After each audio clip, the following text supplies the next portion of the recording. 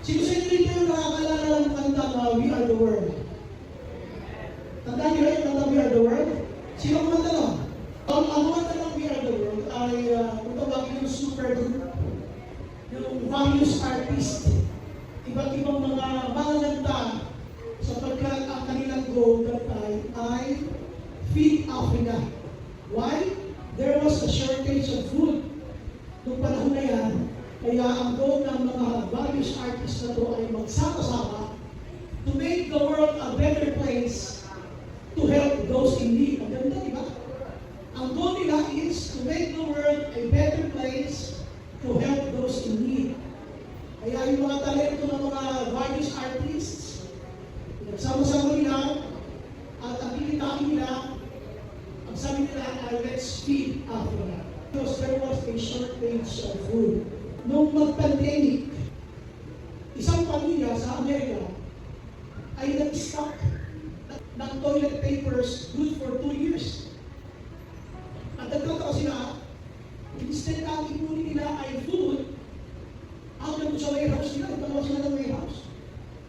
Because there was a shortage of toilet papers. Shortages. It happened to almost every person. Kayo ba nakaranas na rin kayo ng shortage? Financial shortage?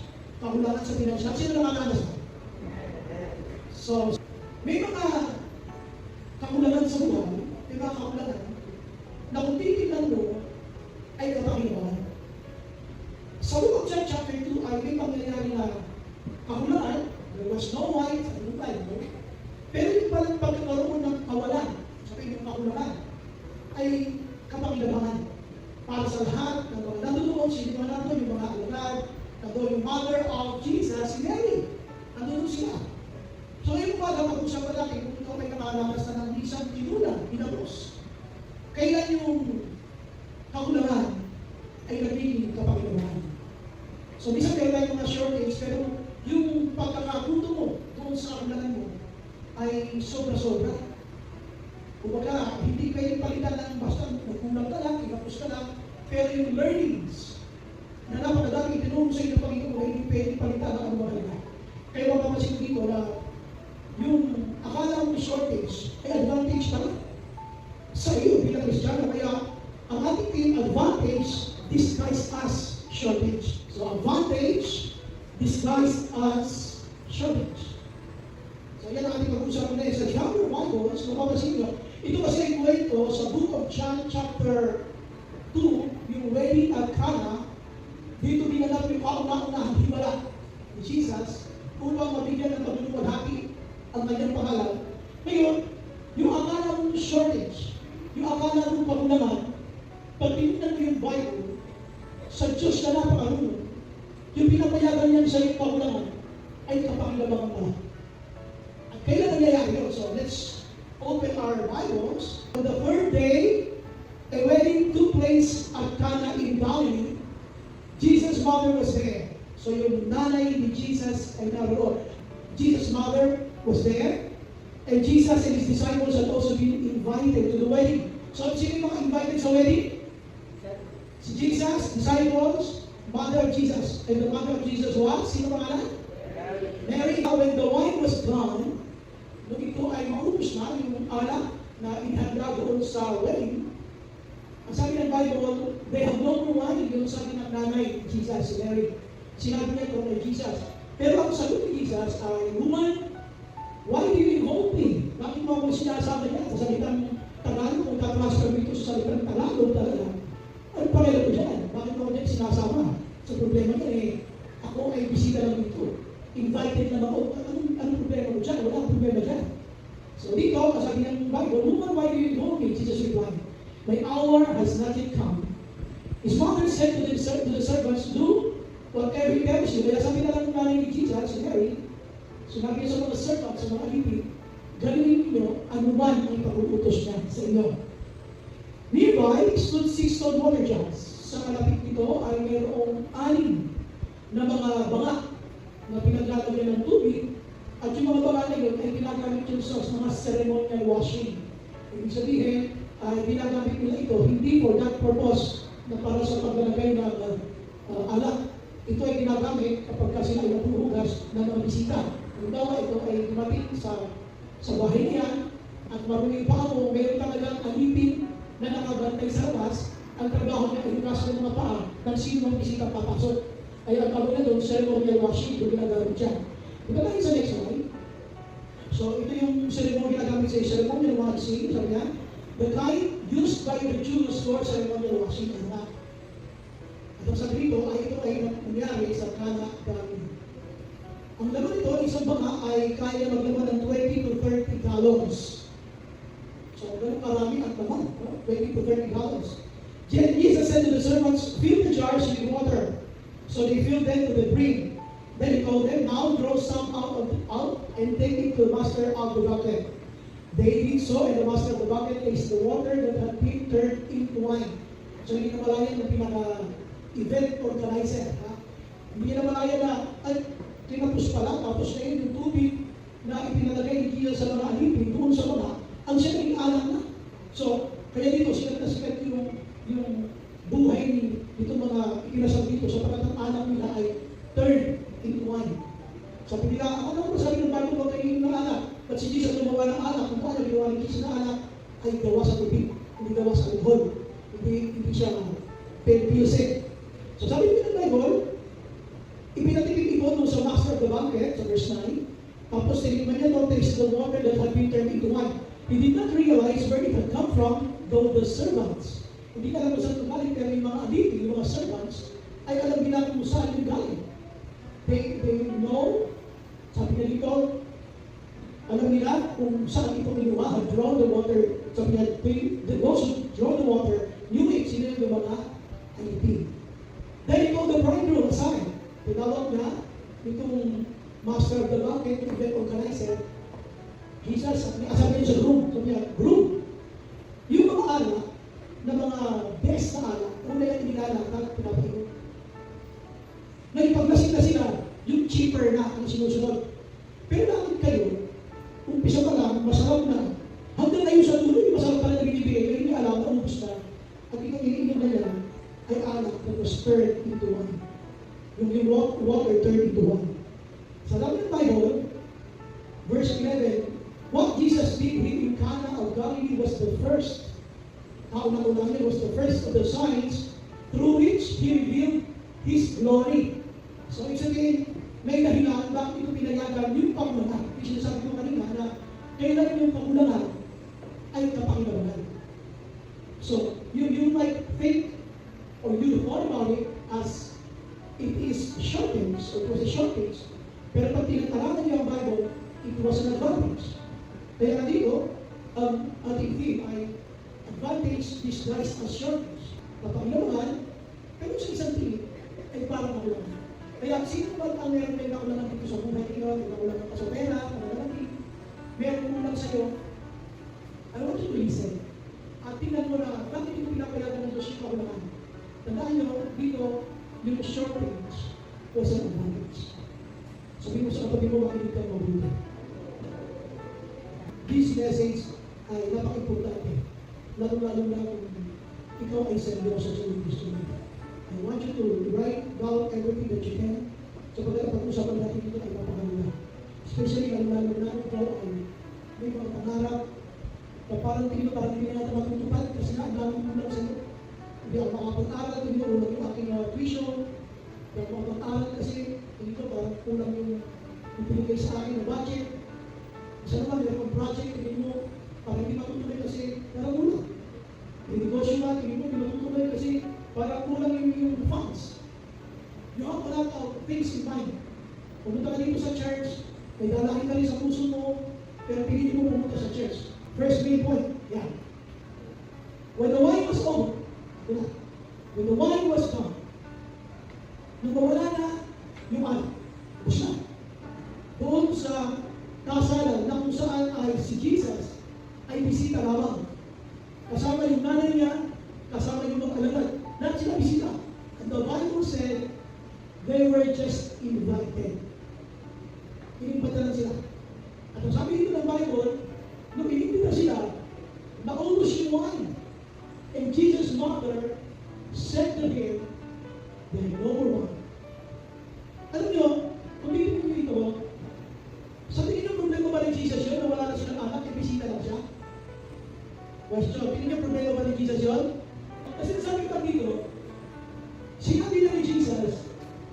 Una, woman, why do you involve me? Mahalin ka mabuti, importante ito. Pupunta tayo sa mga practical application ng buhay natin. Kasi dito, something na ninyo mabuti. Yung sinabi ni Jesus na, woman, why do you involve me? Una-una, ang kanto dyan. Kasi magtagalog kami nasa yung translation. Ang ginamit dyan, bilang o kaya babae. Bilang o buong pangunahan. Babae o buong pangunahan. Ngayon, titignan mo, maiinis ka dito pag in-apply mo to sa kulturang Pinoy. Sa kulturang Pinoy, masakit sa tenga yan. Sabi mo sa nanay mo na, huwag mo pangunahan, babae o buong pangunahan. Pakamasag ka ng nanay mo. Kasi nga, sa kulturang Pinoy, hindi mo pre yun. Pero sa kanila, it was acceptable. Why? Pasok tayo sa kulture. Yung pagsasabi dito ng woman is not a sign of being disrespectful. Hindi. Ang ibig sabihin ng bilang ay parang ma'am. Parang madam. Yun ang ibig sabihin doon. Hindi yung nagsasabi na o nagsisignify or that does not belong ang being disrespectful. Hindi. Ang sinasabi naman dito, ito pa rin ay pagganang sa kultura ng Mahudyo. Kaya sabi niya, bilang o kaya babae, pangit na kapag translate ko sa Tagalog, para kasi bastos si Jesus. Parang siyang napawalang moto naman, parang saan kasi naman ito si Jesus? Hindi ko gano'n natin ito gano'n. Sabi ng Bible, they have no more mind. Ito ang problema ng nanay ni Jesus. Kaya sila ay bisita lamang. At hindi sila obligado na magbigay ng anuman. Kung anumang kulang dyan, may kulang. Bakit sa akin di masasagot? Sabat na yung nakita ko, sabat na yung makarating ako dito at maki-join sa iyong kasiyahan. Pero sabi mo, kung nanay ni Jesus, they have no more mind. Ang maganda, isip. Ang maganda dito, ito. Yung sinabi ni Jesus, woman, why do you involve me? Jesus replied, my hour has not yet come. The first thing that you need to know, the first thing that we need to know, pag may kakulangan, pag meron na yung nasasabing pinagpe-pray pero wala pa, pinagpe-pray pero kulang pa rin, ay yung sinasabi ni Jesus, my hour has not yet come. This is an issue of time. Una-una, pag may kulang, always remember, God knows it. But there is a need for a time. Sabi dito ni Mother ni Jesus, they have no more wine. They have no more wine. Pwede sabihin ni Jesus, ano ba kailan mo dyan? Ito lang maganda sinabi ni Jesus, why do you involve me? Bakit mo ako sinasama dyan? Uy, ano yung wala kang pangtulong? Ano yung papakapakasal ka wala ka palang paghanda? Ano ba? Ayun na dyan ito. Sumusok yung hotel. Woman, why do you involve me? Pero siya gusto makita niyo listening ito Di ba si Jesus kung binasa ito, sinabihan niya yung mga servants, o punuin yung mga baka ng tubig, at pagkatapos yung mga baka ng tubig na yan, na puno ng tubig, na naging wine, alam natin nagkaroon ng hibala, tama? Di ba? Di ba sabi na kayo? Nagkaroon ng hibala? Ito ang tinsulting na niya. Sabi ni Jesus, why do you involve me? Pag may kulang, at si Lord ay na-involve, the problem will be solved.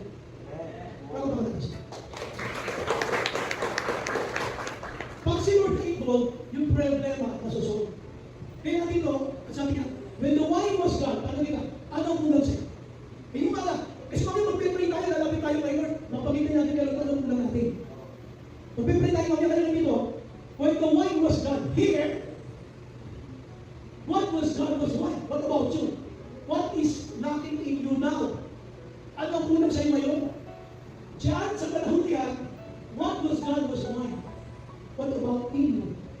Ano ang kulang sa iyo ngayon? Why? Ito sinasabi yun? Sabi ng nanay ni Jesus. Sabi ni Jesus, anak, wala nang anak. Alam niyo? Sabi ni Jesus, my hour has not yet come. Hindi pa dumadating yung oras. Hindi sinabi na, eto walang anak. The point is, alam ni Jesus, bakit? Sabi niya, my hour has not yet come. Alam ni Lord, nang pumunta ka dito sa church kanina, alam niya kung ano tutulong sa'yo. Na mag-decide ka na, Lord, kahit maraming kulang pa sa akin, mag-church ako sa Sunday. Lord, kahit ang dami pang kulang sa akin, bibigyan ko ako mag-church, bibigyan ko sumamba. Kahit Lord, hirap ako ngayon kasi ang dami kulang sa akin. Lord, wala na akong bumasahin, hinalakad ko lang galing Malabon. Pero Lord, alam ko, Panginoon, alam mo yung aking kalagayan, patulad ni Jesus, sabi kay Jesus sa mother ni Jesus, sabi ni mother ni Jesus, they have no more wine. Ang mahalaga dito, alam ni Jesus. Alam niyo, kung ano ang maganda sa nanay ni Jesus? Alam niya na, si Jesus, kaya gumawa ng himala. The only problem, gusto natin si Jesus, tumilos agad in our own timetable. Kaya sabi ni Lord, hey, yung oras ko, hindi magiging. Alam mo ito lang, pero hindi pa oras. Sabi ni Lord sa'yo, alam mo gusto mo ng jowa, pero hindi pa oras. Aral lang mo. Alam ko na gusto mo ng trabaho, pero attend ka pa rin sa church. Mag-inod ka pa sa akin. Alam ko na marami kang pinag-pray para sa pamilya mo, but my hour has not yet come. Sabi mo sa katabi mo, antay ka muna. Sabi ka naman sabi mo, learn to wait. Pagka sa magulang natin na inuutusan tayo, sabi natin kay nanay, wait. Pag ikaw naman ang nag-request kayo, sabi sa inyo, wait. My hour has not yet come. Tandaan nyo ang pananampalataya, hindi lamang ito may paniniwala na kaya ng Diyos. Dapat kasama dito yung pagkaantay sa pagtinos ng Diyos. Kung minsan ipinipilit natin ng Diyos alam niyo, gagamitin mo itong word ni Jesus, why do you involve me? Kung minsan, ipinapasok natin ang Diyos sa sarili mong timetable. Ipinapasok mo ang Diyos sa gusto mo na mangyari. Why do you involve me? Hindi mo oras. Most of the time, we try to involve God to do the things that you wanted to happen, pero hindi mo niya oras. Sabi ko sa tayo mo, hindi mo oras. Hindi mo oras. Learn to wait. You know, my hour has not yet come. Hindi pa oras para ibigay ang jowa na yan. Mag-serve ka muna ito. Hindi pa oras para ibigay yung pinag-pray mo na lifetime partner na yan. Ibigay mo muna yung oras mo sa aking anak. Ibigay mo muna yung buhay mo sa aking anak. Kaysa naman, jowa na yan. Amen ba? Pagpala mo na lang isyo. God knows, listen, God knows what is lacking for you. Alam ni Lord ang kulang sa iyo. Alam niyo. Sabi ni nanay ni Jesus, they have no more wine. Pag tinagalog mo ito, anak, wala ng alak. E pagkapampangan, hanak, wala ng halak. Ay, mabigil halak yun. Ganun na kalala ko sa pagkakapampangan Hanak, wala ng halak. Ay, bibigyan ko kayo ng pampangan yun. Hawin ko lang sa akin. Yung mga kapagkata ko mapampangan. Nalala ko yung kaibigan ng pastor. Dinay-dedicate nila yung baby, yung sabon. Mga pastor sila, birthday yung pastor, dinalo nila doon sa bahay ng pastor. Mga magkakasama sila mga pastor, napakal na yung pastor na may birthday, yung anak mo, pinadedicate na rin. Kaya, yung pinaka-president ng pastors organization, kasama yung mga pastor na nandun, ikinakas nila yung baby. At inaalay nila sa Panginoon, ang sabi nila, sa Panginoon, Panginoon, sama-sama po namin hinahalay ang batang ito. Takot sa buwan. Hinahalay kaya rin yun Ang siya inaalay, kaya ang pagkakasalita hinahalay. Sama-sama po namin hinahalay ang batang ito. Yung mga narinig biruan lang, siyempre, pagkakalang ako pang pala, nanakaroon talaga ng hindi naman sinasadya ko, pero hindi ko alam kung anong kapangyarihan, basta ang nagsalita ay kapampangan ay nakaroon ng HORH. Balik tayo dito. Sabi ng nanay ni Jesus, kapampangan halak, wala nang halak. Ganun ba? Hindi naman di ba? So dito, ang gusto ko ipakita, alam ni Lord ko anong kulang. Alam ni Lord ko anong kulang, alam ko anong kulang, pero alam ko na rin kung kailan ko yan ibibigay. Amen? Ano pa natin siya? Alam ni Lord ko anong kulang sa'yo, at alam ni Lord kung kailan ito ibibigay sa'yo. So always remember, God has His own timetable. God has His own timing. Huwag mo siyang ipipilit, ipasok sa itinerary mo para masunod yung Gusto na ng nanay. Alam niyo mga nanay, maasikaso kasi yan. Gusto niyo, gusto magkat, maayos agad. Walang anak, ayos mo na. Huwag mo na. May tayo yung siguro. May tayo. Punta tayo sa number 2. So, number 2, tanapin, ang salut ng nanay ni Jesus, si Mary, sinabi ng mga alipin. His mother said to the servants, do whatever you wish. Gawin niyo anuman ang kanyang sasabihin. Gawin niyo anuman ang kanyang sasabihin. Bakit ito sinabi? Sapagkat, ang sabi niyo, hindi ko maoras. Okay. So ngayon, sinabi niya yung servants, ano ba na sasabihin ni Jesus? Gawin niyo. Tanong, bakit sa servants sinabi? Bakit servants sa sinabi na? Kasi yung mga servants, susunod lang yan. Susunod lang ang mga servants. Kaya mga servants, they are just serving. Nung sinabi ni Jesus, hindi ko maoras, okay.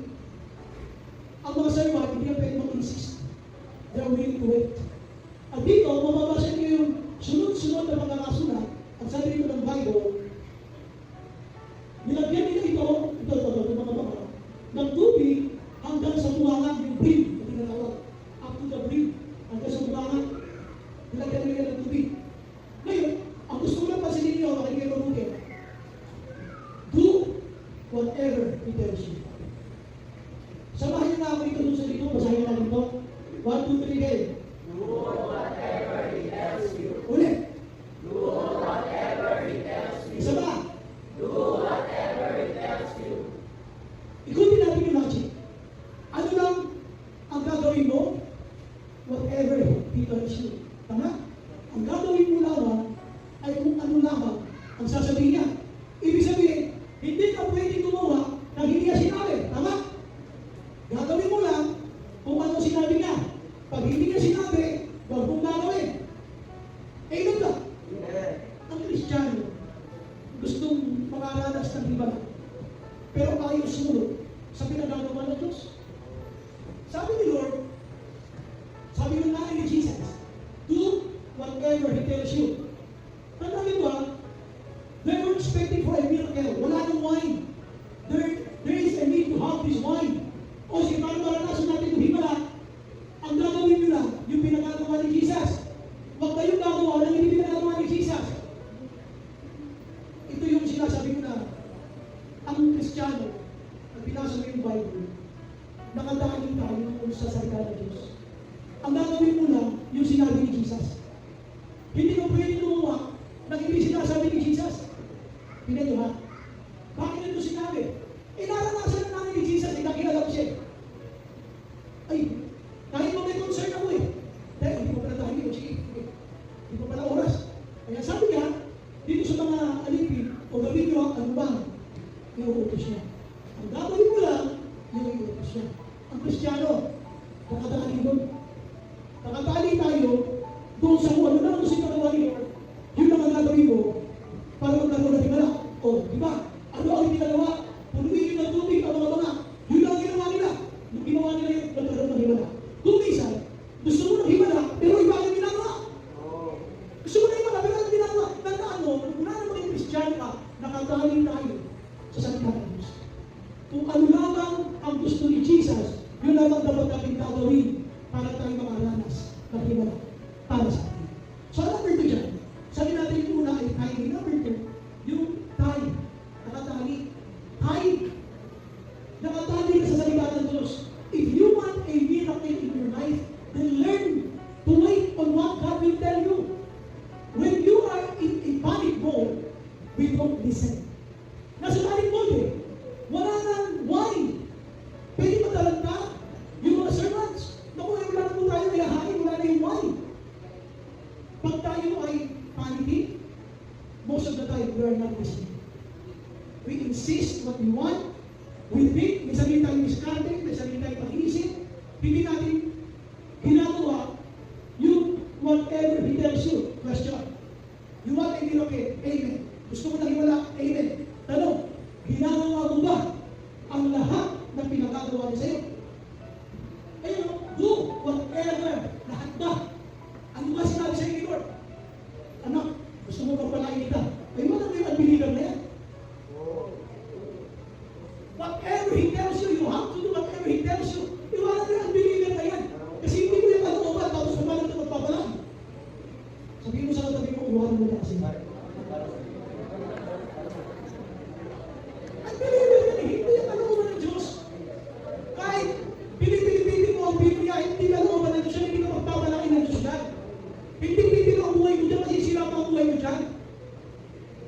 Sabi mo sa katabi mo, sabi sa iyo. Tandaan nito ha, do whatever He tells you. Ang gagawin nyo lang ay yung ipagagawa nyo. You pray for a miracle, you pray for a promotion. Nagpipray ka ng promotion, nagpipray ka ng mas malaking sweldo. Paano mangyayari? Ayaw mo sumunod kayo? Gusto mo magpalaki ka? Ayaw mo sumunod. Gusto mo ma-raise yung sweldo mo? Gusto mo magkaroon ng mas malaking tuition? Gusto mo ma-promote ka? Paano? Ayaw mo sumunod. Ito, do whatever. Di ba whatever? Sabihin, anuman. Up to what extent you can really obey. Hanggang saan ka susunod? Sabi ni Nanay ni Jesus, do whatever He tells you. Alam niya napaka-importante na pag si Lord ay pumasok sa buhay mo, magbabago ang lahat sa buhay mo. Kaya dito, hindi lang yung timing, itinali niya ang tao. Ang Kristiyano, nakatali tayo doon sa salita ng Diyos. Ano ba ang sinasabi sa iyo, Lord? Ano ba ang Word of God? Ano ba sabi ng Bible? What did Jesus tell you? Pag may sinabi si Jesus sa iyo, yun na ang iyong gagawin. Huwag kang gagawa kung hindi ka pinagagawa upang makahararas ka ng himala. Walang himala pag ikaw ay nagwala. Walang himala pag siya ay iyong binaliwala. Dito ang himala kapag tayo ay sumusunod sa Kristo. Sabi nga, do whatever He tells you. Did you do what God tell you? No. You reason out. Nangangabilan tayo. Kung sa nangangabilan, ano ba ginagawa natin? Hindi lang tayo nag-reason out. We intentionally disobey God. Ayaw natin sumunod sa Kanya. Pero dito, ang linaw. Do whatever He tells you. Lately. Ano sinabi ni Lord? Lately, ano sinabi sa inyo? You've been praying for a miracle? You've been praying for something, a big change in your life? Are you doing what God is telling? Nakatali ko, ang Kristiyano walang malayaan sundin ng kanyang sarili. Bagamat ikaw ay binigyan niya ng pagkakataon na sabihan na kung sinong nais sumunod sa akin, malaya siya o susunod siya sa akin, pero tandaan mo, makalimutan mo kung usin sa akin. Dito mga kapatid, remember this word tayo, nakatali tayo.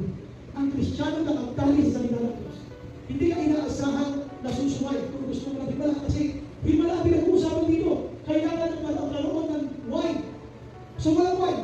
You want God to produce something for you. You want God to do something for you. You want a miracle for you. Then do whatever He does. At alam na nila nangyari, sinunod ang mga sermon yan. Sinunod, ilagyan na. And the water was turned into wine. So punta natin na yung tanong. Balik tayo sa ating team. Ano yung ating team?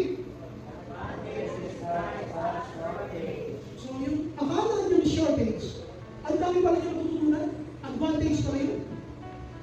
At yung una, ano ay muna natin? May timing. Ang dami nyo. Not because you pray to God, there is an immediate answer from God. Minsan yung pagpilos niya, may tamang kapanahunan. May tamang pagkakataon. Now, pagkatapos ng dito, isimulan sa natin yung tayo, do. You will only do, walang iba. Hindi ka pwede tumala. Hindi ka pwede makapila. Ang gagawin mo lang, kung ano lang sabi ko. Common sa atin, yung mga kapilan, dumiskarte, common sa atin, yung isip na ibang paraan. Pero tandaan nyo, if you want God a miracle, only do the things that God is telling you. What did God tell you? Ano sinabi ko? Tayo sa parang. Bakit Lord Jesus said to the servants? Wala. Inausap niya rin mga servants. Fill the jars with water. Tandaan nyo ha? Ang sabi ng nanay ni Jesus, do whatever He tells you. Oh, ito na. Now Jesus is telling them now. What did Jesus tell them? Fill the jars with water.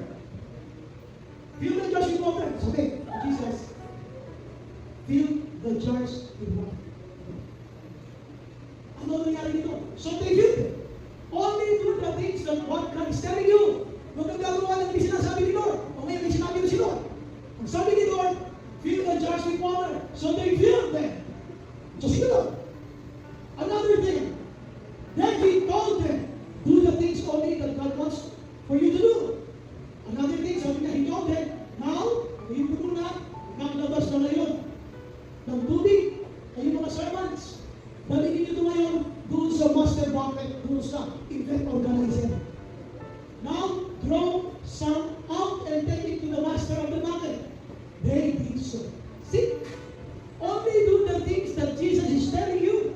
Lahat ng sinabi ni Jesus, yung dapat kayong ginawa at kaya nagkaroon ng hiwalay. How about you? Kailan mo sinuway ang direksyon ng Diyos? You can pray, ang tayo mo na nagpipray. Lord, paano mo na magbabago sa aking buhay? Lord, I've been praying for this and that and this and that. So, kumusta? Was there a change? O hindi mo kasi sinunod? Namimili tayo ng sinusunod. Ano yung pinipili? Kaya sabi niya, whatever, kahit ano. Okay na ako mag-times, pero hindi ko pwede i-break kung ang biniligan na to. Siya ang naligayahan mo. Magta-times ako. Mag-o-overeat ako. Mag-templates ako, pero hindi ko pwede i-break ito ang biniligan na to. Kailangan magkasama kami sa impyerno. Sabi mo sa kapatid mo, breaking mo na kasi. Ang biniligan yun eh. Breaking mo na.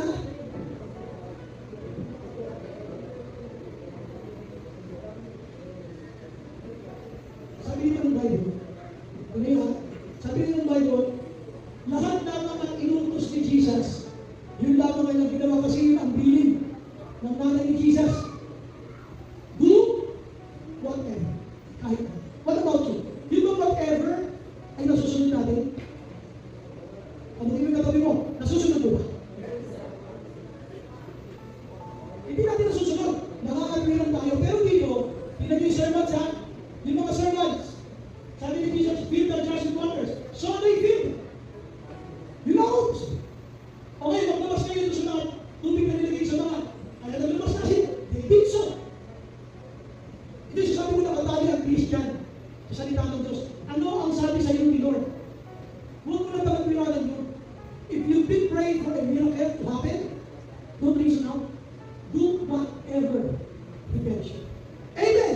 O parang natin si Lord. Ngayon, ano ang masasabi ni dito? Magmula yung sa nanay ni Jesus, yung mga servant, at yung master ng bucket. They know what to do. Alam nila kung saan sila pupunta. Ito yung turning. They turn doon sa utos.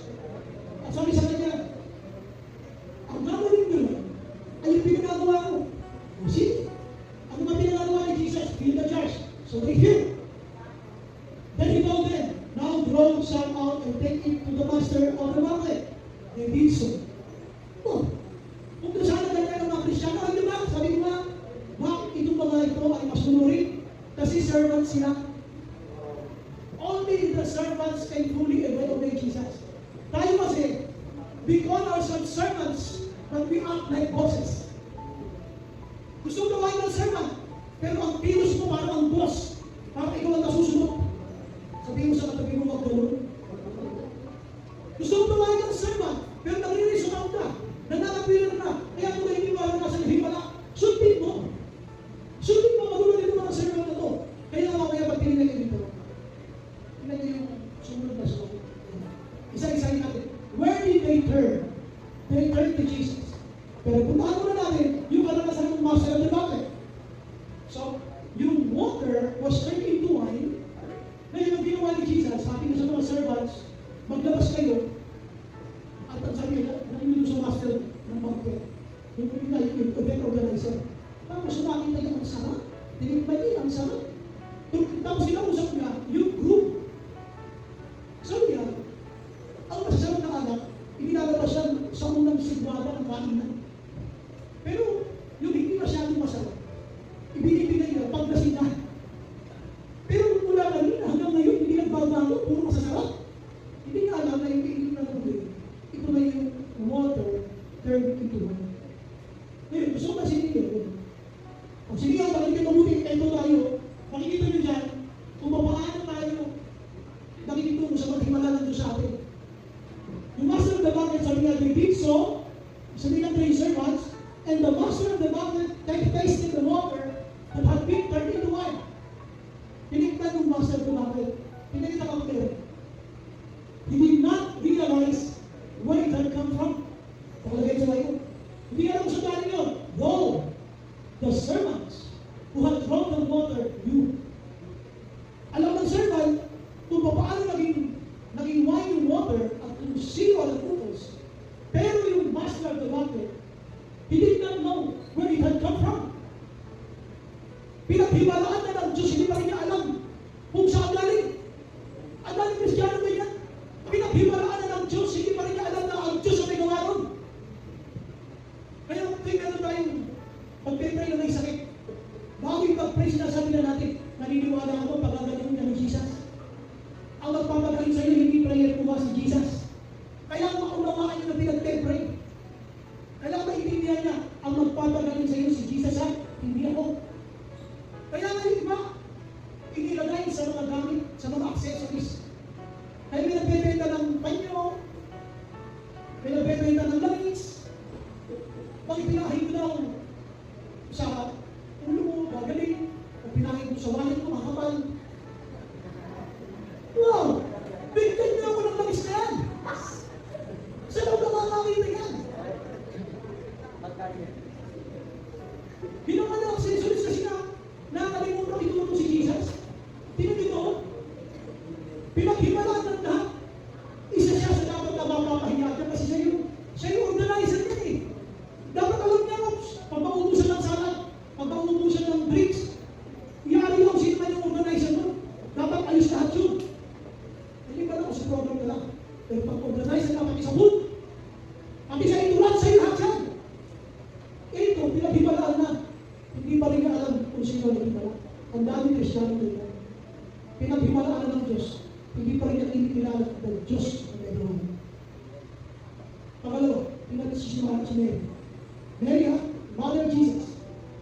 Bakit siya nagpunta kay Jesus? Why did she turn to Jesus? Because she knew. She was expecting that Jesus is able to make a miracle. Lahat naman tayo. Lahat tayo naniniwala si Jesus kaya gumawa ng himala. Ang nakalimutan natin ay mayroon siyang sariling timetable. Pero kung minsan pa wala ba, ay nagtatampo na tayo. Lord, bakit gano'n? Lord, bakit wala ba? Kaya nasabi ni Lord, why do you inform me? My hour has not yet come. Huwag mo ipagsaksakan nandun sa schedule mo. Huwag mo siyang ipagsaksakan na, Lord, kailangan mo gawin, Lord, kailangan mo gawin kasi. Kaya hindi na ikaw na maging Diyos. May sariling timetable siya mo. Sabi mo sa kapatid, sabi mo, meron pa rin. May timetable siya mo, meron mo ipagsaksakan na, o wala na nga, nagawa ng himala. Wow. The mother of Jesus expected that Jesus is able to make a miracle. Yes. Like you, like us. Pero, si Lord, may timetable. Ang oras na. Kahit ipagpilitan mo pag hindi pa oras. Kahit maglupasay ka dyan pag hindi pa oras. Pero pag oras na, sabi ni Lord, anak, after 7 years. Ano ba siya? After 7 years. See? Sabi ko, pag panahon na. Pag hindi ka, kahit anong gawin mo, kahit maglupasay ka, pero pag panahon na. God has His own timetable. Tignan natin yung mga mindful servants. They turned to Jesus for instructions. The master of the banquet did not realize, they did not realize, especially the master of the banquet, kung saan galing. Hindi nila alam kung saan galing, yung masarap na alam. The master of the banquet did not realize where it had come from. Though the servants who had brought the water knew. Sabi mo, buti pa mga servants na ito, alam. Kaya alam nila, si servants sila. Wala silang karapatang umanan, sunod lang ng sunod. Ang Kristiyano, sunod ng sunod, makakaranas talaga ng himala. Kaya palagyan sila. Pag susunod ka ng sunod, makakaranas ka ng himala. Eh yun na ang nangangapiran. Yun na yung nag-release of out. Gusto mo ng himala, pero nangangapiran na. Gusto mo ng himala, yung sa'yo na susunod. Gusto mo ng himala, gusto mo kayo na. Teka, may timetable ako. My hour has not yet come. Naniniwala ka, God is able. Yes, He is able. But you must be patient to wait for God's time. Amen. So dito, sabi ng servant, sabi ko nga, alam niyo kung sino yung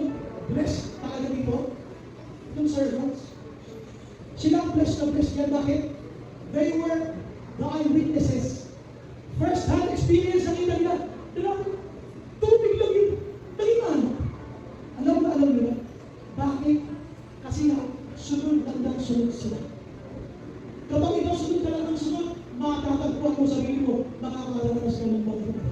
Alam mo, may patagpuan ng sunod sa iyo.